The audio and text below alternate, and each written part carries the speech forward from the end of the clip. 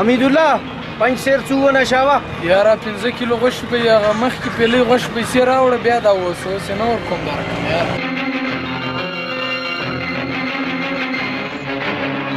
ادا ته نن پیسې راکړه خاص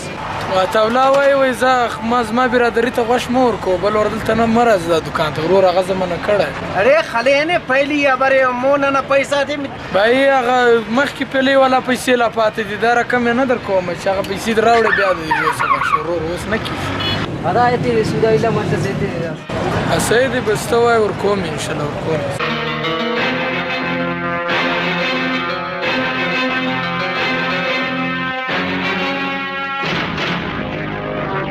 عطاالله نی بسونوز کنه دا سوتنینگ اف ورکوم یې اوس یې ورکوم